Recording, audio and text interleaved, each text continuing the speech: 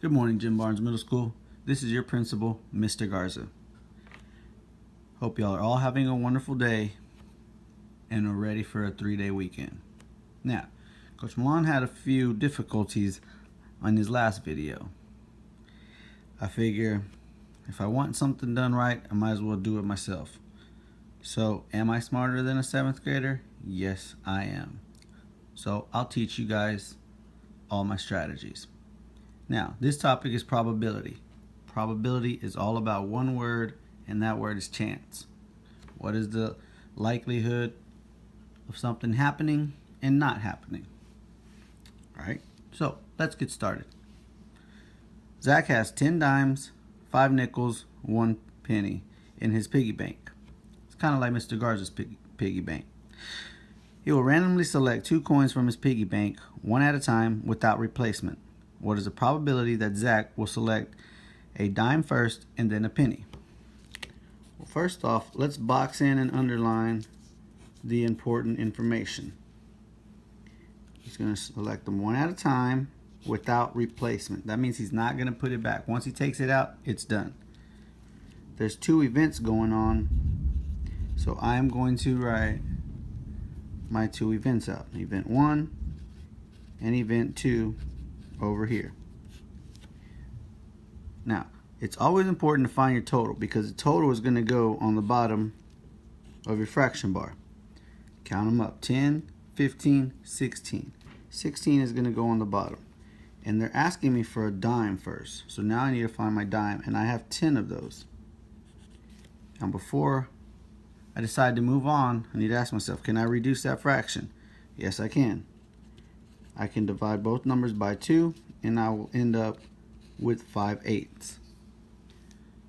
If I'm going too fast, please feel free to tell your teacher to press pause so you can catch up.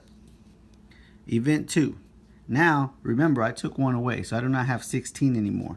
Now my denominator is going to be 15 because I took 1 out. Now they want us to find a penny. Now, there's only 1 penny that I can possibly select. Probability, I always multiply, and we multiply straight across. 5 times 1 is 5. 8 times 15 is 120. Now, you're saying, Mr. Garza, 120 is not an answer choice. You are correct, because we still need to divide. By dividing, we simplify our fraction. 5 goes into both of them, and we will end up with 1/24 as our answer. C is the correct answer. Pretty simple. Now let's go on to question 2. Among the 7th graders at West River Middle School, 50% of the students passed their math tests, and 50% of their students passed their science tests. What is the probability that Andre, a 7th grade student, passed both his math and science tests? Once again, we have 2 events. I have event 1 and event 2. Now, these are in percents. You need to change those into fractions. 50% is equivalent to 1/2. A science test is also 50%, which would be 1/2 as well. And yes, we multiply straight across. My answer would be 1/4. And 1/4 is A. There you go. Now, you're saying, Mr. Garza, you're always doing the easy ones, and you're going to leave us with the hard ones to do. So, let's flip to number 9. Number 9 is pretty difficult, but I think we can handle it. I think I'm a better math teacher than I am a principal. All right, number 9. A deck of colored cards contain 2 silver cards, 3 orange cards, and 1 purple card. Racer will pull 3 cards from the stack one at a time without looking. Key word here, guys, is he will not replace the card before pulling the next card. So he's going to take it out. Our denominators are going to change. What is the probability he will draw a purple card, an orange card, and a silver card? So now we have 3 events happening. I'm going to list event 1, event 2, and event 3. Remember, most important thing we can find right now is our total. Add them all up. 2, 3, 4, 5, 6. My total is 6 at the moment. And first they want me to find purple. Looking at the text they gave us, there's only one purple. So our first fraction is 1/6. Now, we took one away, so our 6 turns into a 5. Now they're asking us to find an orange card, and there are 3 of those. Put that number on top. Finally, we took that out as well, so now we're going to have 4 as our total. And they want us to find silver. There's 2 silver cards. And now we can simply multiply straight across.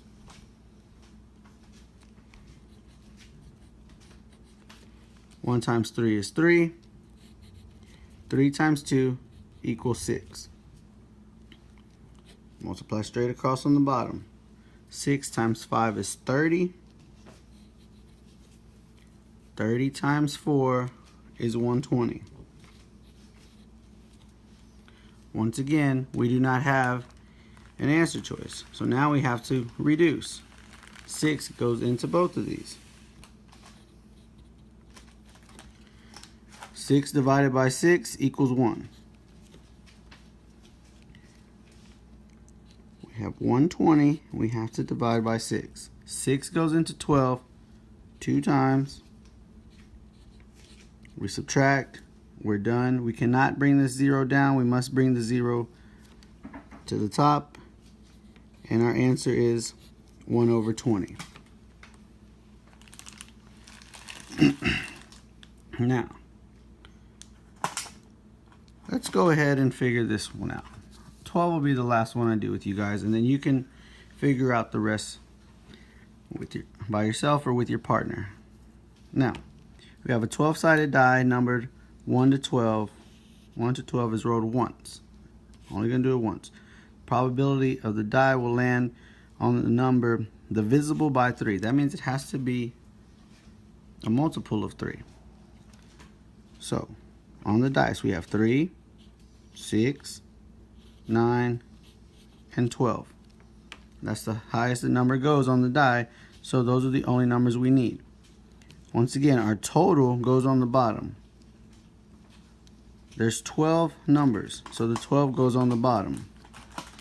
They want 4 numbers that are divisible by 3, so they go on top.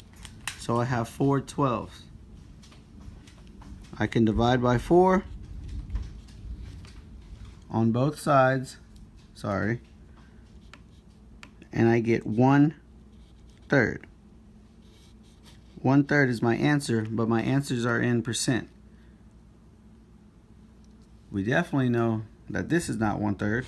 That would be 1/4. We know this is 1/2. That is wrong. So now we have 2 choices. Is this going to be 1/3 or is that going to be 1/3? If you're thinking B, you're totally correct. They actually give you the answer right here. 1/3. This is actually 2/3. Tells you right there. Alright.